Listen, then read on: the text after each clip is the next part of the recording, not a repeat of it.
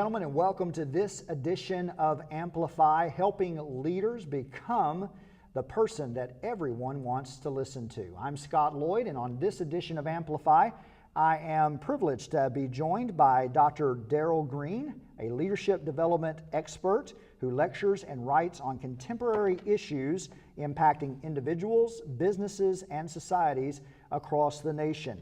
With over 20 years of management experience, Dr. Green is noted and quoted by USA Today, Ebony Magazine, the Associated Press, NBC's Alive at 5, Answerline, and numerous media outlets across the country. And he is an instructor of business, professor of business right here at Oklahoma Baptist University. And Dr. Green, it is a privilege to have you on the program today. Well, Scott, I'm excited. I can't wait to go to work. Yes, sir. Well, speaking of which, what inspires you about teaching others about the business and entrepreneurial world? God has given us so much, and I believe in just trying to share what He's given to me. I came from a family that were givers, and I just want people to grow, be the best they can be, because God is just so wonderful. And so I'm just so excited to be at OBU and ready to go to work and do all those things to help build. I really consider myself a builder, and so I like putting those components together to help people be better. And really, it motivates me, it excites me, and I just like people to be the best that they can be. Now, you were telling me that before becoming a professor, that you were in management, and being a part of the academy really wasn't on your radar. So how did you arrive behind the desk there? That's a great question. So I'm originally from Shreveport, Louisiana. I met my wife in college. I'm a mechanical engineer. My wife was a civil engineer, and we were both making a decision on where we wanted to go. We were engaged at the time. I was going to head to Virginia as an engineer. My wife was going back to home in Mobile, and we had both interviewed with the Department of Energy, and they said they would like to work with us. She interviewed, and she actually. They flew up to Washington State. I told her the only way you're going to go to Washington State is that you're going to have your fiance with you. And the next day, they flew my wife, my girlfriend at the time, flew her to Louisiana, and in 24 hours made this decision. All hell broke loose in our families, because they did not understand. We went 3,000 miles away from family and friends, and learned a lot. Had to 3,000 miles away. When we got there, found out it was a desert. Yeah. It was Point Nampson. There was Point Nampson African Americans. We had to ship grits, and so, but spent 27 years in the federal sector, looking at environmental restoration, dealing with nuclear and non-nuclear waste from World War II, and so we're still trying to figure it out. I don't think we have a solution yet, and so I was just inspired to do more. And I went back to school to get my master's degree and my doctorate degree, and I like writing. I also like helping people. I like teaching, like you, and so I got an opportunity. So back in 2015, I said, Lord, I'm determined to do something different. Put in 167 applications for jobs, and wow. got an opportunity to visit Purdue. Got interviewed at the University of Arkansas, but found that OBU offered me the best connection, and I'm glad I'm here to work. Now, it's an amazing journey that you had to arrive here at this moment in time. And listening to your story, I'm amazed, because I don't know that many people would have the motivation and the perseverance to see that kind of process through. Because first of all, you're changing careers. You're moving into an entirely different world, and then which requires you returning to school. Yeah. So where did you find that motivation, and what kept you going when things got hard? I mean, that's a great question. I think each one of us has a compass, a moral compass, and I was just being led to do something different. I was in the urge to do something different. And my wife, we're talking about moving here. So the first question, living in Tennessee, Great Smoky Mountains, good food, close to family and friends. the first question they got, "Oh, you gonna be moving to Oklahoma? Is your wife going with you?" And the answer was yes. My wife's going with me. Good. But I think every great man that's worth his salt has a good support network.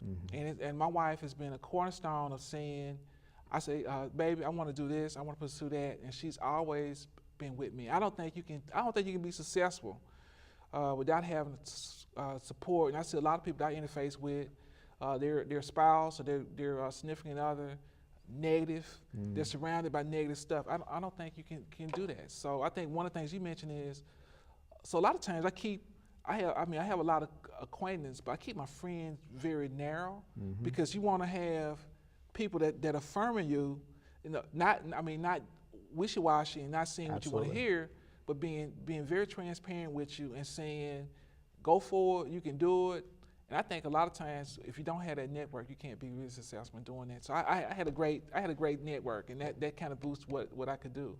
Well said. Dr. Daryl Green is our guest on this episode of Amplify. And Dr. Green, I know that you and I have had the opportunity to spend some time together and talk about the importance of communication when it comes to success in business. So why is communication, and you mentioned that network of support that you had, that doesn't come by accident. It involves communication. It involves relational intelligence. So how do you apply those skills that are obviously present in your private life? What does that look like on the public stage in business? Okay, so that's a great question. So I teach millennials. I teach young people, 20-year-olds. And so I tell them, if you want a job, I say people get jobs in 3 ways. I say they get 3 ways. First of all, it's relationships. They get jobs, the person can be dumb as a doorknob, but, the dad is the CEO, right, or they know somebody, that person's in a prominent position, and that person might not even have a degree. So relationships are important. The other one is work experience, being able to have the experience, the skill set, not necessarily education, but the last one is education, having those things. And so at the top is relationships. And so even getting recruited, people, I tell students about likability, that people buy for 2 reasons. They trust you and likability. And all those things relate to relationship. I have to connect with you, So one of the things I looked at your background, the Louisiana College. Right. That was something to say, and then that you are a great communicator. So that connected with me. Being a Toastmaster person, that's connected to me. So in the business world, you gotta, and that's something that students right now are weaknesses, is being able to write and being able to communicate. We do the tech stuff, but we're in a world now.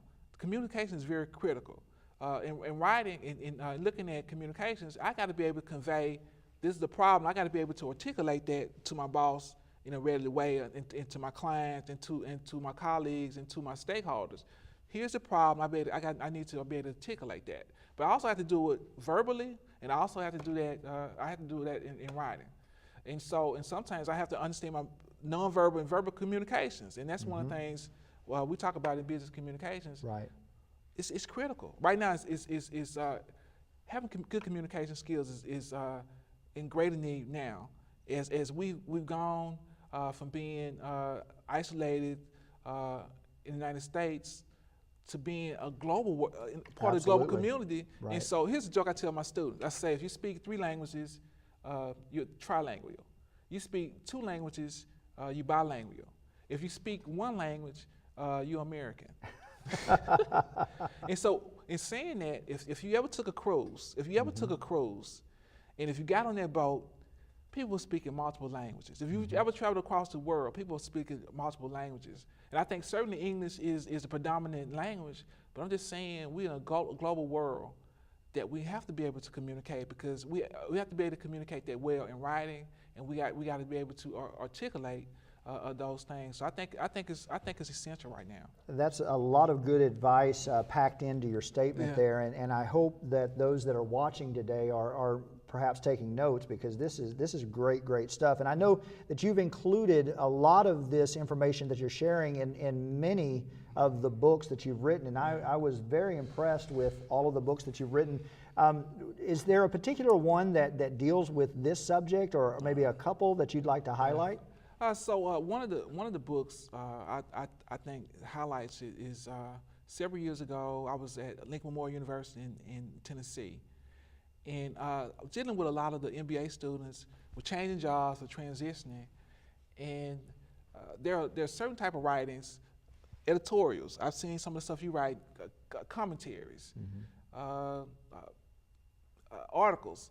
All those things give you influence. And a lot of students were gaining influence, and so I put together this book called Writing for Professionals.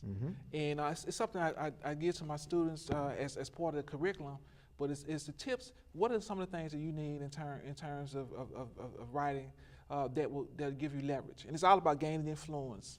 And so that's one of the books I think is highly recommended that I'm dealing with right now.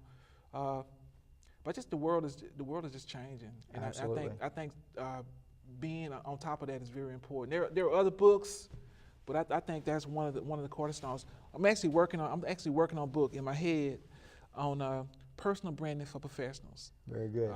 And certainly you on that level, but a lot of the business professionals do not know how to brand themselves, and so that's something in progress that I'm working on.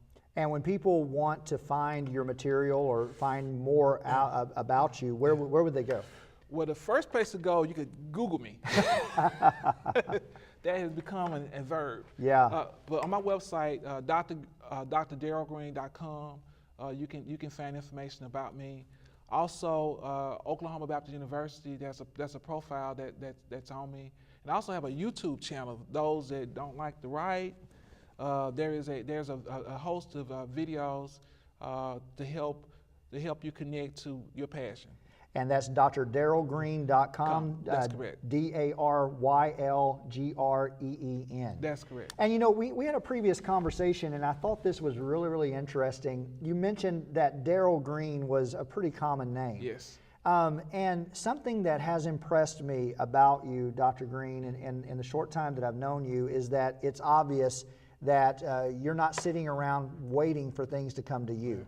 You're hustling, you're very proactive, and I think that's something that millennials could certainly learn as well. So even though you have a common name, even though obviously there have been, as with all of us, adversities that you've had to overcome in life, you leverage your strengths and you focus in on them. So if you were going to speak a word of encouragement maybe to one of your students or to someone that is listening today, what would be your advice for where do you find that inward motivation to make it happen?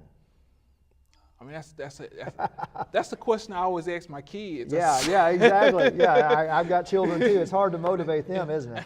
I think that's a great question. I think to know, I do a lot of benchmarking, and so when I say benchmark, I mean I'm saying there's someone that's done what I want to do, and so you can read a biography, you can do a Google search, you can do a YouTube to kind of get a feel, because I think if there's not a model out there, it's very hard to kind of comprehend. Growing up, there were no engineers in my neighborhood. I mean, I didn't know anybody. I came from a working class family, and so we talk about motivation, and we talk about. I mean, you dynamic speaker. I think when a lot of times they want to book you as a motivational speaker, right? And that's really a fallacy, because the motivation is internal. And so I'm more effective with individuals that want something different. Right. I want something different, but look, I don't know how. As opposed to somebody, I want it, but I don't really want to work. You know, it's not something that burns. When you have something burning you, when you have something burning inside of you, it causes you to want something different. I've seen parents that deal with their kids. They give them $100 for every A they make or whatever. That's cool for the moment, but when the parents and when those external forces are not in place, then they lose that incentive. And I do think that some of that is an innate desire. I think you can be surrounded with people, and as we talk about the support network, that kind of help encourage and facilitate what you have inside with you. But I think some of that is just, you just have to have a burning desire. You gotta want something different. They say something, in Louisiana, they said insanity is doing the same thing that you always do and expect something different to happen.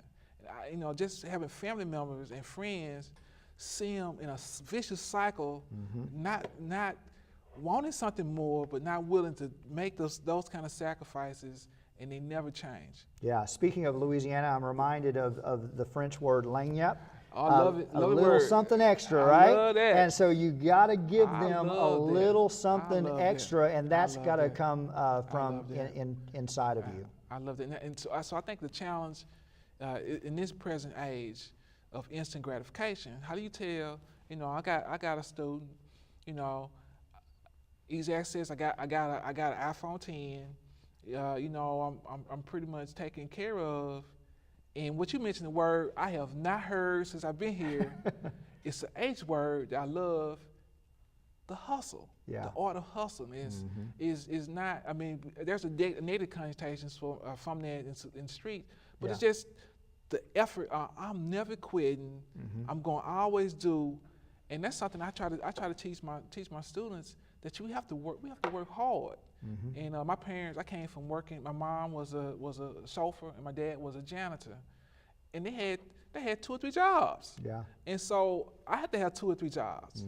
And so some of that I think we can teach our students. I think we can model the way of what that looks like, and perhaps with time they get it. Absolutely. They get it. Dr. Daryl Green is my guest on this edition of Amplify. And by the way, if you're watching online, like the video or comment below and share it with someone perhaps that can benefit from this material. And if you want to find out more about Dr. Daryl Green, or perhaps you'd like to have him speak at your event or your next business gathering, drdarylgreen.com is a great way to find out more about him and to get in touch with him. Dr. Green, what are some books that you could recommend for aspiring entrepreneurs and leaders? Wow. So I know you brought some with you. Yeah. I'm a visual guy. I like. So I'm gonna go through a couple quick books that I think is Leadership 20. You Run the Sales and George Vermeer. Leadership 30. Leadership 30 gives you 6 mega trends for leaders, and one of the biggest mega trends is globalization. I think that is upon us, and understanding that in those 6 trends. So I think having that book is very important. Here's a book I think is very intriguing. The guy's name is David Livermore, Living with Culture Intelligence. Why is this book is important? Because it ties into the mega trends. So a lot of us are familiar with IQs, how smart I am. And some individuals are familiar with emotional intelligence, being able to gauge my own emotions and engage in yours, because it's high level. But one of the things that we're looking at, we're moving toward a more global world, is a term called cultural intelligence, the ability to gauge others in a different culture. Why is that important? Because we've seen businesses who are very successful in America. Number one would be Disney World. But when Disney World went to Europe, they failed. Right. So there's something about cultural intelligence that's very important, that really resonates with me. And I'm actually going to be doing more research on that, trying to understand that from that lens and how to better help the students. The last book is a book I did not know anything about. When I got recruited, Dean Holden mentioned this book. It was Oz Hillman, and you need to get a copy of this. And it's about the change agent. Why is this book important now as we look at the 21st century? Is because everybody wants to be outstanding, but no one wants to stand out.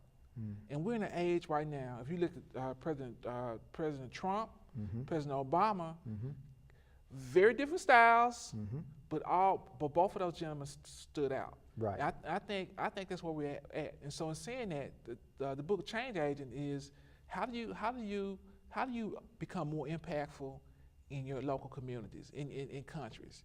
And this book talks about 7 pillars or 7 mountains in this term, talk about Christians, but how can you conquer those mountains? One of them is business, one of them is education, one of them is arts, one of them is media, saying be the best that you can be to go out there and become an influencer. And that's what the book's talking about. How do you become an influencer?